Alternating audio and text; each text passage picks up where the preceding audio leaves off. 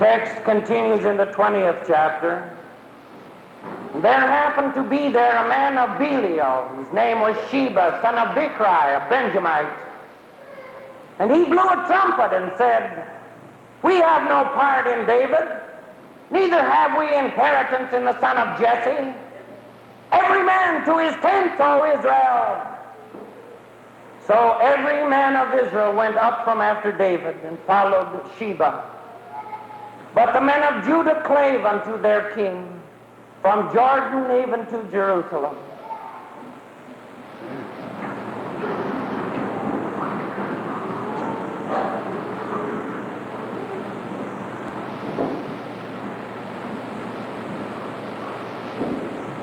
We could wish that the story of David had ended several chapters earlier, but it doesn't. It keeps right on, and there is something indescribably sad about the way that it does. This should have been the brightest victory in all of the annals of Hebrew history. Overwhelmingly outnumbered, those old veterans had rallied to the banners of King David beyond Jordan. And in the tangled wood of Mahanaim, they had routed the overconfident armies of Absalom. And that evening of a triumphant day occurred the strangest sight that you could imagine in the city. The people moved about as though they were in public mourning. The warriors slinked back into the camp as though they were cowards beaten in the field. And all because of a cry that kept coming from the tower room over the gate. A cry of inconsolable sorrow, beginning and breaking again and again. "Oh, my son Absalom, my son, Absalom, would to God I had died for thee, my son, my son." That was the voice of a father weeping for a fallen son. The voice of a king crying for the crown prince. That was the voice of David moaning for David's dead son, Absalom. A man could sympathize with any father who loses his son in battle. The common people could understand the sorrow of their sovereign David. But Absalom had died in rebellion against God and man. He had turned on his own flesh and blood, torn in two the nation these people loved, raised his hand in murder against his gray brow of his father, and the mangled remains of Absalom lay in an unmarked grave in those woods that he had prepared for somebody else. And a man could stomach just so much of this wallowing around now in sympathy for Absalom. General Joab had about all he could take. Roughly, he stormed up the stairs of that tower, burst into the room, and in a storm exploded. Now, you can debate whether any subordinate should ever speak to a superior in language like this, but you won't debate the truth of what he said. "Thou hast this day shamed the faces of thy soldiers who have saved thy life and the lives of thy family. Thou hatest thy friends and lovest thine enemies. If Absalom had lived this day and we had all been killed, that would have pleased you. But by God, I swear to you, if you don't go down and speak to your soldiers this night, the worst thing that's ever happened to you in your life will occur." Those were sharp words, and they cut. But David yielded, took a place in the city gate, reviewed the troops as they came marching in from the field. By this time, the entire revolution was over. Absalom's civil war was ended, and that intoxication of rebellion, that thrill of turning over the traces, kind of disappeared after the slaughter in the tangled woods of Mahanaim. a sober reaction set in. The people began to think that they didn't really have it so bad years ago under David after all. And while there were faults with the system, at least David's government was better than no system, no government, no order at all. And a movement began with the people to go to Jordan and bring back King David from exile. And I am at a loss to explain why David behaved as he did next. Why did he conspire secretly with the clergy in Jerusalem? Why did he invite his clansmen, the men of Judah, to be the first out there to welcome him home? Why did he promise under the table to replace his faithful field general Joab with the general of the enemy, Amasa? There is nothing wrong with this subtle strategy and this clever cunning, but it's going to blow up in his face. And do you know why? It isn't bad planning or programming, because it's dishonest. It isn't right. And sure enough, next day, the tribes of Judah lined the banks of the River Jordan. A ferry boat they sent over to bring their king and his household home. Do you remember when David left Jerusalem? How the text here took snapshots of different people and incidents along that lonely walk out of the city? Well, it does the same thing here now as he's coming back. And some of the faces in those pictures you'll remember. Guess who the first one is? With 1,000 men stampeding into the foaming waters of Jordan to the other side and falling on his face at David's feet before he can board the boat. That's right, Shimei. He's the one who cursed David, calling him a bloody man, throwing stones at him when he left the city. But there was one standing there who had not forgiven or forgotten, Abishai, David's right-hand bodyguard, who said, "Let me end this dog's life." And publicly, David dressed that soldier boy down, called him a ruthless, professional killer, and publicly pardoned Shimei. But David never forgave it, nor forgot it either. But it wasn't good public relations right at the moment, you see. And Ziba is there. He's the one who stole all of the property from Jonathan's son Mephibosheth. And David is ruthless with this old friend of his. He's crippled.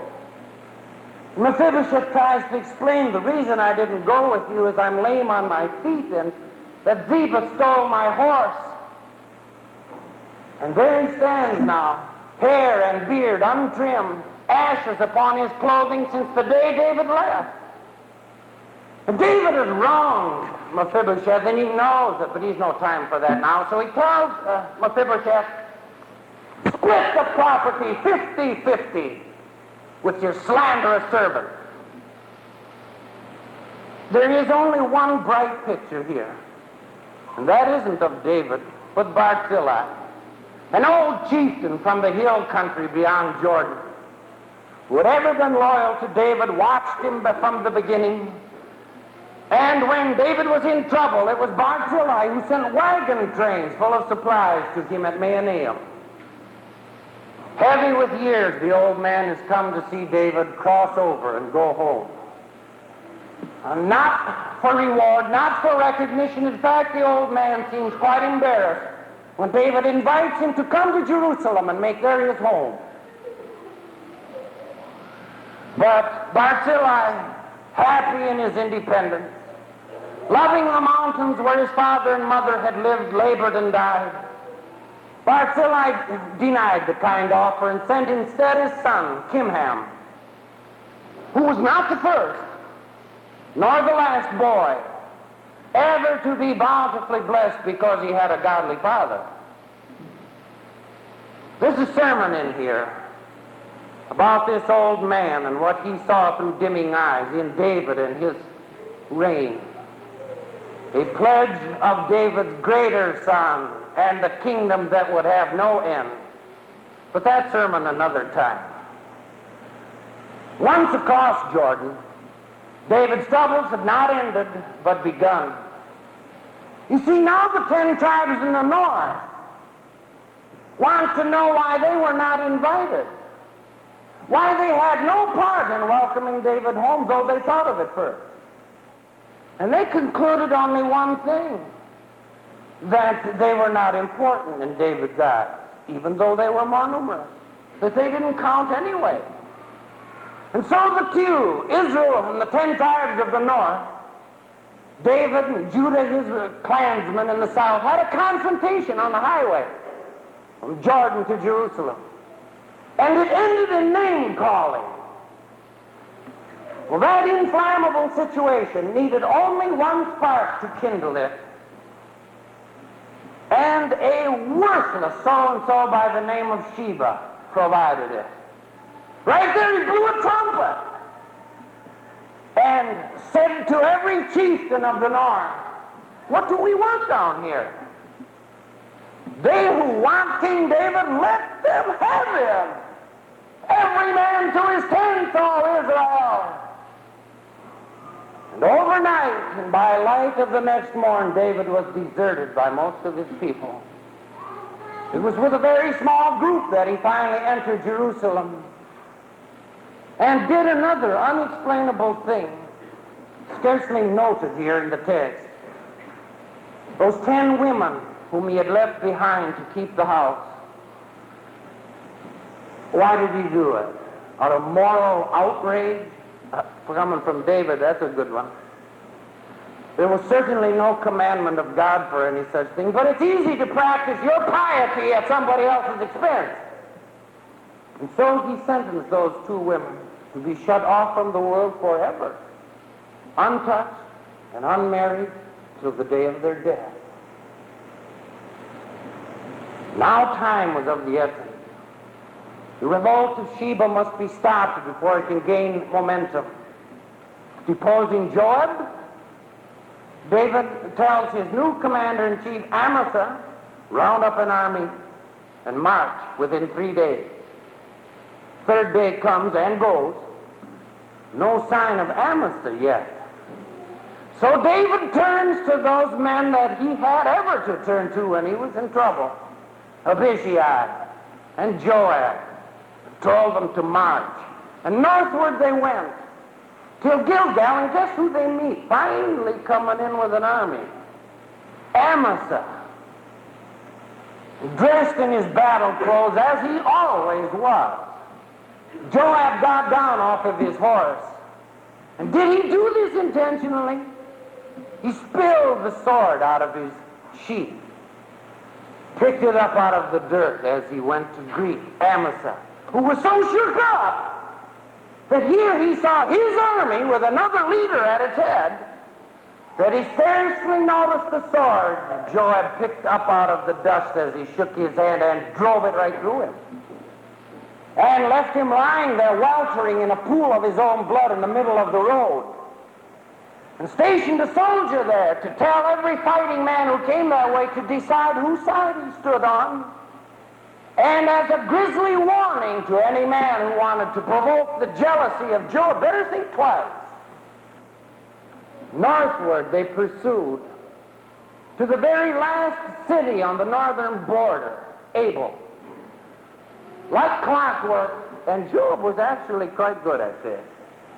His men laid siege, heaped up dirt against the city wall for the sappers and the battering rams, and went at it. Till it came a crying of a woman's voice from the city wall, who asked to speak to General Joab. She reminded him if he didn't know, this city was famous for wisdom, not for stupidity. Had he ever inquired whether the citizens of this city sided with Sheba or not? Had he ever thought, thinking he's going to put down trouble, what will happen if he reduces this city to rubble? Is this the patriotic Job I've heard so much about? She asked. who is going to destroy a city and a mother in Israel? Well, no. Job explained the trouble and the turn. And when the severed, gory head of Sheba came sailing over the wall, rolled to his feet, Joab turned his armies around and marched home. And that's the last thing you hear about the political reign of David the king. You didn't know it would end like this, did you? I must confess, I couldn't recall either that it was quite so shameful an ending. But you know where this all started, don't you? This domino effect of evil, begetting evil, sin and more sin. With his adulterously taking to himself Bathsheba, spilling the blood of her husband with the sword of the Ammonites. And it isn't just the sin. Adultery has almost become a status symbol among us. We could overlook that. But these petty sins, cheap sin, selfish sin, weak sin, cruel sin, vindictive sin. Don't like to hear about that, do we? Do you ever notice how we remember from our Bible just what we want to? People, take a good look at this. Don't turn your attention away from these stories you don't like.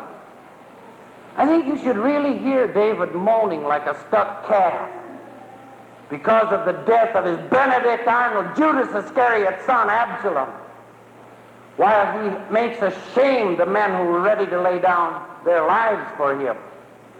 How he punishes Joab, the only man who dared tell him to his face the truth, and gives the command of his army into the hands of a traitor, Amasa.